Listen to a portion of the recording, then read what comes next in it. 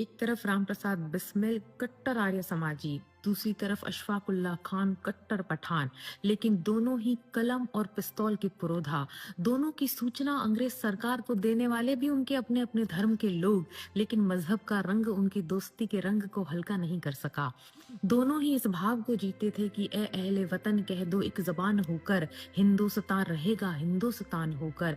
एक दूसरे के प्रति अटल विश्वास, अगाध प्रीति। काकोरी कांड का जब जजमेंट आया तो कृपाशंकर हजेला अशफाक उल्लाह खान का केस लड़ रहे थे, तो उनसे जाकर कहा कि यदि आप इकबाल कर लें यानी माफी मांग लें तो हो सकता है कि आपको कुछ रियायत मिल जाए। तो अशफाक उल्लाह खान ने अपने वकील से कहा कि देखिए वकील साहब, मुझसे कई लोगों ने कहा कि मैं इस केस में अकेला मुसलमान हूँ और मुझे किसी मुसलमान को ही अपना वकील करना चाहिए, लेकिन मैं अपनी जिद पर अड़ा रहा कि नहीं, मेरा केस आप लड़ेंगे। लेकिन ये माफी का प्रस्ताव आप जिस तरह मेरे पास लेकर आए हैं ये काफी निराशाजनक है। वकील साहब एकदम शांत खामोश वकील साहब ने कहा, बताइए आपकी कोई अंतिम इच्छा। तो अशफाक उल्लाह खान ने बड़ी शान से कहा कि देखिए मैं कल फांसी पर चढ़ूंगा तो आप देखने आइएगा कि मैं किस शान से फांसी के तख्ते को चूमता हूँ। वकील साहब ने हाथ जोड़कर कहा कि यह नजारा मैं अपनी आंखों से देखने की जरूरत नहीं कर सकूंगा, लेकिन मैं आपकी मजार पर शीश नवाने जरूर आऊंगा। दूसरे शहीद थे ठाकुर रोशन सिंह, जिनको फांसी की सजा मिलना अपने आप में अप्रत्याशित था। किसी ने सोचा नहीं था, क्योंकि उनका काकोरी कांड से कोई खास लेना देना नहीं था। जब फांसी की सजा सुनाई तो वो झूम कर गाने लगे और रामप्रसाद बिस्मिल की तरफ देखकर उन्होंने कहा कि क्यों पंडित, अकेले ही जाना चाहते थे, लेकिन ये ठाकुर तुम्हारा पीछा नहीं छोड़ेगा, ये भी तुम्हारे साथ ही आएगा।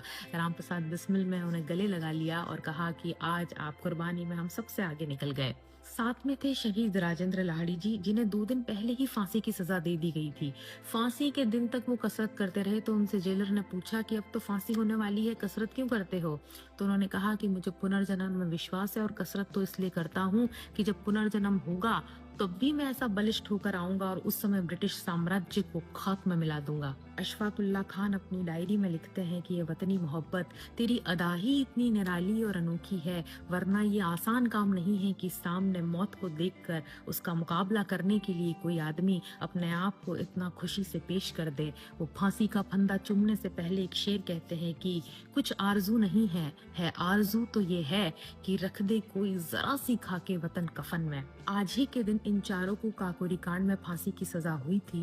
रामप्रसाद बिस्मिल ने जेल में रहते हुए अपनी आत्मकथा लिखी और उसके अंतिम पन्ने पर ये 2 पंक्तियां लिखी कि मरते बिस्मिल रोशन लहरी अशफाक अत्याचार से, होंगे पैदा सैकड़ों इनके रुधिर की धार से। जय हिंद, जय भारत। वंदे मातरम।